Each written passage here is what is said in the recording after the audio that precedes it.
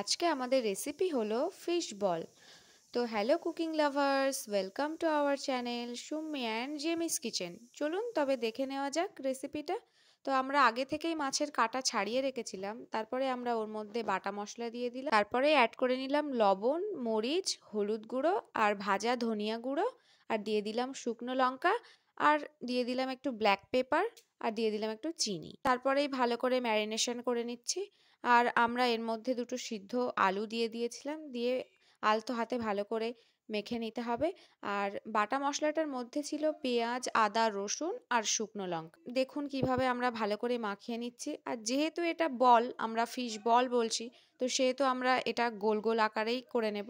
শেপটা গোলই করবেন, ভালো লাগে দেখতে, যে যার মতোই করে নিতে পারেন। তারপরে এবার আমরা কোট করে নেব। তো কোট করার জন্য আমরা ডিমটা আগে থেকে ফেটিয়ে ওর মধ্যে অরিগ্যানো, লবণ, মরিচ দিয়ে রেখেছিলাম, আর তারপরে ব্রেড ক্রাম্বসে কোট করে নিচ্ছি। তো আপনারা চাইলে একবারও কোট করতে পারেন, চাইলে দুবারও কোট করতে পারেন। আমরা দুবার করেছিলাম, কারণ দুবার কোট করলে ব্রেড ক্রাম্বসটা বেশি গায়ে লেগে যায় আর ক্রিস্পি ভাবটা বেশি আসে। তো দেখে নিচ্ছেন যে আমরা দুবার কোট করে নিচ্ছি। তো আরও বিভিন্ন রকম রেসিপি দেখতে আমাদের চ্যানেলটাকে সাবস্ক্রাইব করুন, আর আপনারা অবশ্যই কমেন্ট করুন, তাহলে আমরা সেই মতো বানাবো। দেখুন আমরা এবারে এটা ভেজে নেব তেলে। তো একদমই লো ফ্লেমে ভেজে নেবেন, আস্তে আস্তে আলতো হাতে করতে হবে, নাহলে জিনিসটা কিন্তু ভেঙে যেতে পারে। খুব সুন্দর হয়েছিল রেসিপিটা, আমরা তো খেয়েছিলাম, একদমই রেস্টুরেন্ট স্টাইল হয়েছিল ফিশ বলটা। রেসিপিটা যদি ভালো লেগে থাকে তাহলে অবশ্যই লাইক, কমেন্ট, শেয়ার, সাবস্ক্রাইব করবেন। আজ কিন্তু একদম অন্যরকম একটা মাছ দিয়ে ফিশ বলটা বানালাম।